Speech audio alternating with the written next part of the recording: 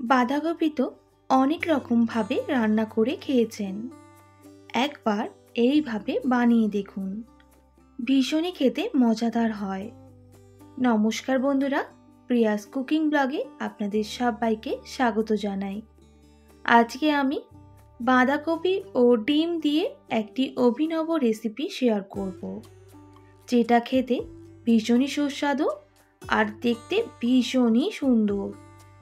আশা করি আজকের রেসিপি আপনাদের ভালো লাগবে। তো চলুন আজকের রেসিপি আমরা দেখে নিই। রেসিপি বানানোর জন্য আমি এখানে প্রথমে বাঁধাকপি নিয়েছি, তবে এখানে আমি অর্ধেক বাঁধাকপি নিয়েছি।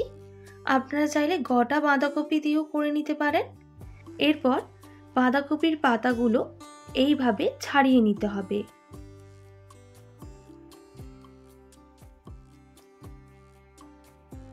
তো ছাড়ানো হয়ে গেছে, এবার পরিষ্কার করে ধুয়ে নেব।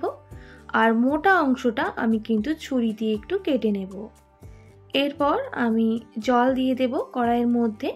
জলটা গরম হয়ে গেলে পাতাগুলো দিয়ে দিতে হবে ভালোভাবে সেদ্ধ হওয়ার জন্য।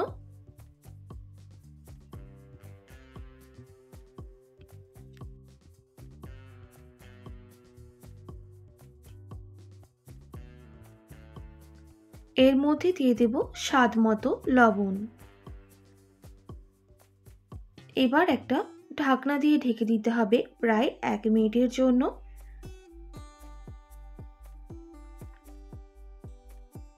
1 মিনিট পর ফিরে এলাম। এবার ঢাকনাটা সরিয়ে নিতে হবে।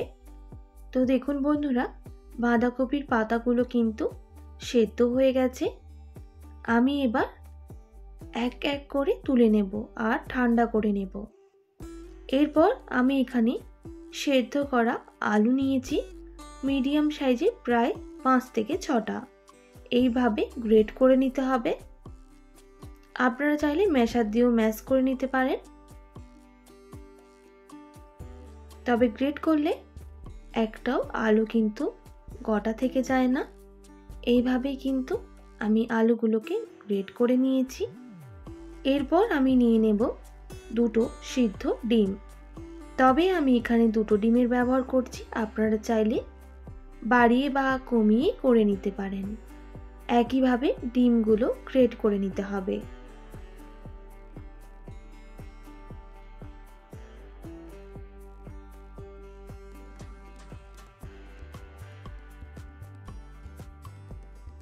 তো দেখুন বন্ধুরা, ডিমগুলো গ্রেট করা হয়ে গেছে।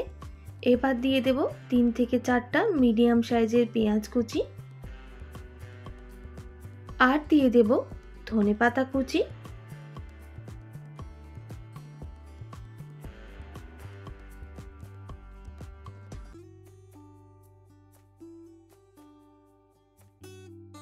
এবার দিয়ে দেব পরিমাণ মতো লবণ, সামান্য ঝালের জন্য লঙ্কার গুঁড়ো, আপনারা চাইলে কাঁচা লঙ্কা কুচি ব্যবহার করতে পারেন। দিয়ে দেব সামান্য হলুদ গুঁড়ো আর সামান্য জিরে গুঁড়ো, আর দিয়ে দিতে হবে গরম মশলা একদম সামান্য পরিমাণ। এবার সমস্ত উপকরণ ভালোভাবে মিশিয়ে নিতে হবে।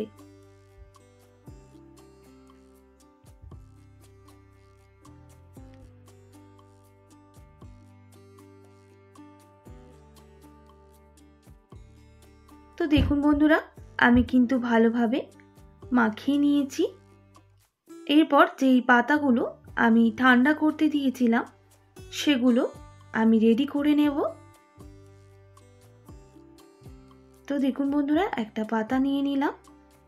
এবার আলুর যে পুরটা রেডি করে রেখেছিলাম সেটা এইভাবে দিয়ে দিতে হবে, আর এইভাবে ভাঁজ করে নেব। ভাঁজটা একদমই খুলে যাবে না এইভাবে যদি আমরা ভাঁজ করি। তবে পাতায় অনেক রকম দাগ থেকে থাকে, সেক্ষেত্রে পাতাগুলো ফেলার দরকার নেই। কাটার সময় ছুরি কিংবা যে কোনো ধারালো অস্ত্র দিয়ে এইভাবে দাগ হয়ে যায়। এইভাবে সমস্ত পাতাগুলো মুড়ে নিতে হবে।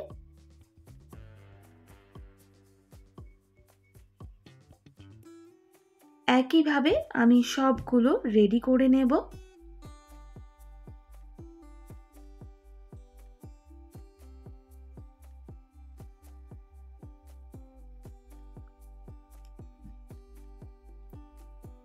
তো দেখুন বন্ধুরা, আমি সবগুলো রেডি করে নিয়েছি। একটাও কিন্তু খুলে যাবে না ভাজার সময়, অবশ্যই সাবধানে ভেজে নিতে হবে। এবার কড়াই বসিয়ে দিলাম, দিয়ে দেব সাদা তেল। এবার ভালোভাবে কড়াইটা গরম করে নিতে হবে। কড়াই ভালোভাবে গরম হয়ে গেলে দিয়ে দিতে হবে বাঁধাকপিগুলো। এইভাবে উল্টে পাল্টে বাঁধাকপিগুলোকে ভেজে নেব।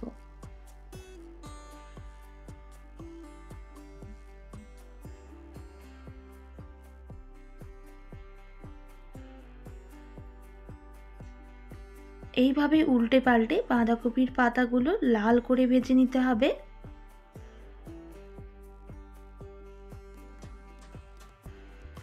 তো দেখুন বন্ধুরা, ভাজা হয়ে গেছে।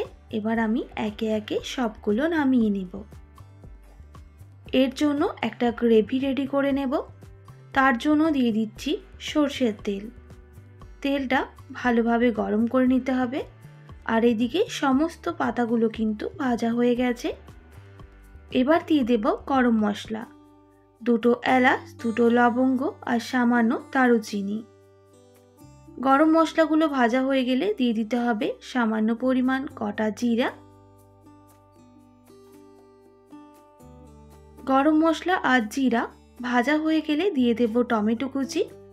আমি এখানে একটা বড় সাইজের টমেটো কুচি করে নিয়েছিলাম। এবার টমেটো ভালো করে ভেজে নিতে হবে।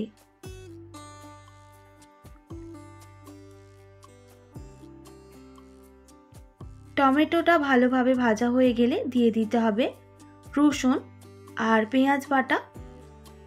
আমি এখানে 6 থেকে 7টা রসুন আর 2টো মিডিয়াম সাইজের পেঁয়াজ বেটে নিয়েছি। এবার মশলাটা ভালোভাবে কষিয়ে নিতে হবে যতক্ষণ না রসুন আর পেঁয়াজের কাঁচা গন্ধটা চলে যাচ্ছে। তো দেখুন বন্ধুরা, তেল ছাড়া শুরু করে দিয়েছে। এই স্টেজে দিয়ে দিতে হবে হলুদের গুঁড়ো, সামান্য লবণ, লঙ্কার গুঁড়ো, অবশ্যই ঝালটা আপনারা কম বেশি করে নেবেন। দিয়ে দেব কালারের জন্য কাশ্মীরি লঙ্কার গুঁড়ো। আবারও ভালোভাবে মশলাটাকে কষিয়ে নিতে হবে। আর বাটি ধোয়া সামান্য জলটাও আমি অ্যাড করে দিচ্ছি।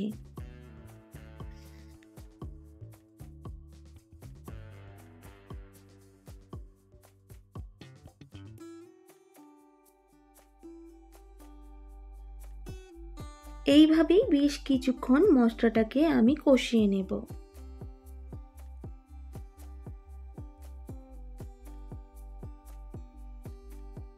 দেখতেই পাচ্ছেন মশলাটা কষাতে কষাতে মশলার কালারটাও কিন্তু চেঞ্জ হয়ে আসছে।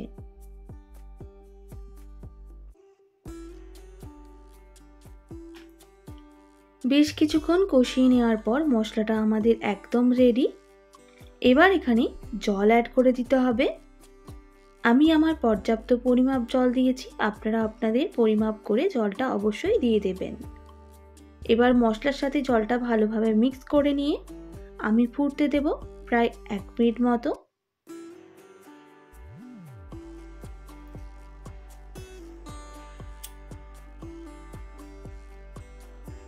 এইভাবে আমি কিন্তু ফুটিয়ে নিচ্ছি। দেখুন বন্ধুরা, তবে গ্যাসের ফ্লেমটা এই সময় হাই রেখেই আমি ফোটাবো। বেশ কিছুক্ষণ ফুটে যাওয়ার পর আমি বাঁধাকপির পাতাগুলো যে রেডি করে রেখেছিলাম সেগুলো দিয়ে দেব।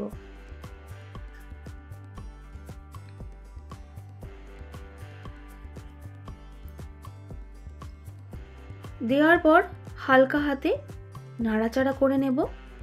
অবশ্যই হালকা হাতে নাড়াচাড়া করে নেবেন, না হলে এই পাতাগুলো খুলে যেতে পারে।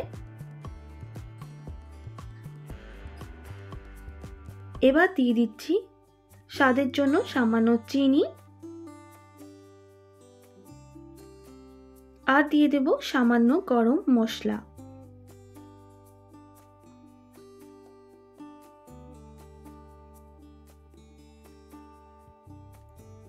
আর দিয়ে দেব সামান্য পরিমাণ ধনেপাতা কুচি। আবারও নাড়াচাড়া করে নিয়ে আমি বেশ কিছুক্ষণ ফুটিয়ে নেওয়ার পর নামিয়ে নেব। তবে বাঁধাকপির পাতা দেওয়ার পর বেশি ফোটানোর দরকার নেই, প্রায় 2 থেকে 3 মিনিট ফুটিয়ে নিলেই আমাদের রান্নাটা কমপ্লিট। তো দেখুন বন্ধুরা, আমাদের রেসিপি একদম রেডি। এবার আমি একটা পাত্রের মধ্যে তুলে নেব।